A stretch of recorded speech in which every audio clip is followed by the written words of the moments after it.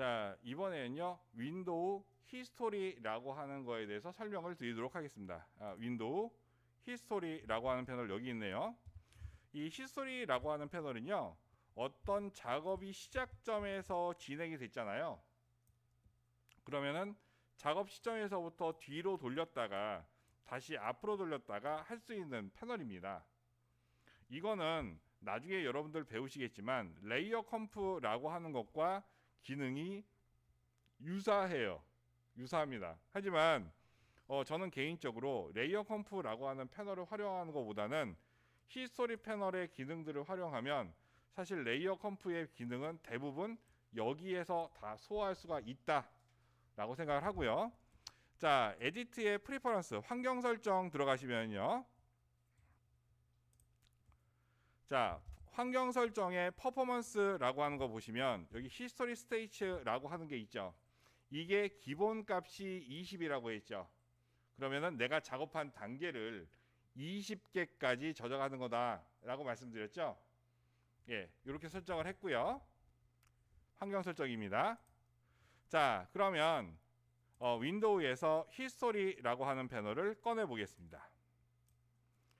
자, 히스토리라고 하는 패널을 꺼내시면 당신이 지금 이 파일을 오픈했어 라고 하는 작업 내역이 여기서 써지겠죠. 그럼 여기서부터 20개가 써지겠네요. 그죠? 만약에 21개가 되면 첫 번째 게 지워지겠죠. 차례대로 밀려나면서 지워지는 겁니다. 자, 그러면 작업을 같이 해보도록 하겠습니다. 자, 먼저 자, 여기에서 엘립스 툴이라고 하는 걸 선택을 해볼게요. 엘립스 툴이라고 하는 걸 선택해 보겠습니다. 자, 타원 도구 선택했죠? 그런데 제가 말씀드렸죠. 이 안에 있는 거는 레스터 속성이 아니고 벡터 속성입니다 라고 말씀드렸죠. 그래서 원래 이 포토샵에서는 이 아래에 있는 이 부분에서 색깔을 관리하는데 여기에 있는 벡터 속성 같은 경우에는요, 여기에 있는 옵션 바에서 색깔을 관리해 줍니다. 즉 여기에 있는 이 벡터는요, 여기에 있는 이 색깔은 관련이 없다. 여기에 있는 옵션 바에서 얘를 체크해 줘야 됩니다. 자, 그러면 여기에 옵션, 쉐입, 모양이라고 하시고요. 패스, 제가 아까 설명드렸죠. 색깔이 있다 없다? 없는 개념이다 라고 말씀드렸고요. 자, 쉐입이라고 체크하시고요. 그 다음에 여기 컬러를 글씨를 밝은 색을 쓸 거기 때문에 좀 어두운 색깔을 선택해 주겠습니다. 그 다음에 이 타원의 선 색깔은 없음으로 체크를 해주겠습니다. 자, 지금 엘립스 툴 타원 도구 선택하고 계시죠? 자, 이 상태에서 저는 이 가운데에서부터 이게 크게 확대를 하면서 가운데에서부터 뭐 누르죠? Alt 누르는 거죠. 크게 확대를 하면서 정원을 그리고 싶어요. 비례가 유지되는 정원을 그리고 싶어요. 뭐 누르죠? Shift 누르는 거죠. 자, 이렇게 클릭 드래그 하시다가 Alt Shift 누르시면 돼요. 자, 이렇게 해서 얘를 만들어 주시고요. 자, 여기에 있는 무브 툴로 적당한 위치로 한번 옮겨 보도록 하겠습니다.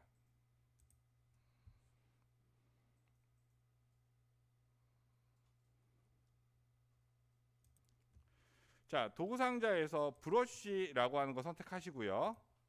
브러쉬 툴 선택하시고요. 그 다음에 브러쉬 옵션을 열어보겠습니다. 브러쉬 선택하고 브러쉬 옵션 열어서 자, 여기 설정 버튼 눌러서 스몰 썸네일로 한번 보겠습니다.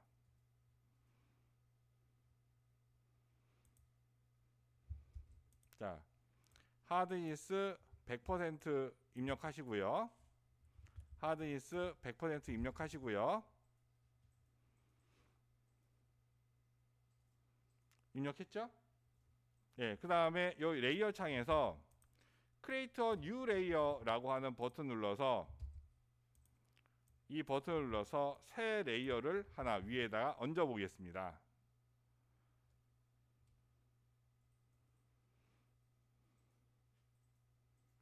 그 다음에 P자 옆에, 키보드 P자 옆에 대괄호 있죠. 왼쪽 대괄호, 오른쪽 대괄호 누르면 이렇게 이 브러쉬의 사이즈를 조절할 수 있습니다. 그래서 여기에서 이 사이즈를 조절하지 않고 나온 거예요. 자, 여기서 브러쉬 전경색, 하얀색 선택하신 다음에 자, 여기에다가 글씨를 써보겠습니다. 네. 자, 요 글씨는요.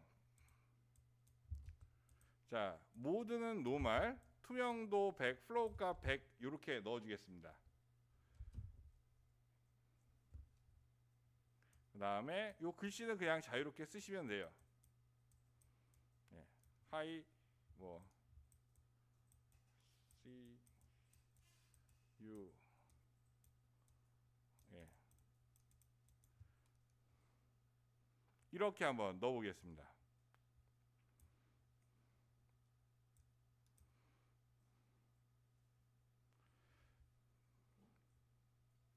자, 이렇게 넣고서 히스토리 패널을 한번 보십시오. 히스토리 패널 한번 보시면 여기에 아까 오픈이라고 했던 거는 없어졌죠. 브러쉬 쓴 거 20개, 최근에 20개만 남아 있죠. 그렇죠? 자, 이 상태에서 여기에 있는 카메라 버튼, 스냅샷이라고 하는 버튼을 눌러 보십시오. 예, 스냅샷 버튼 누르시고요. 그러면 여기 동네라고 하는 JPG 파일과 스냅샷 1번이 기록이 되죠. 이건 무슨 얘기냐? 여기에 있는 히스토리 스테이츠를 우리가 프리퍼런스에서 20개만 저장한다라고 했어요. 그런데 작업하다가 중간에 여기 괜찮네라고 하는 게 있을 거 아니에요. 그거를 이렇게 잠시 저장해 놓는 게 여기에 있는 스냅샷입니다.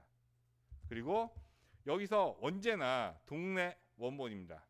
스냅샷 지금까지 작업한 곳입니다.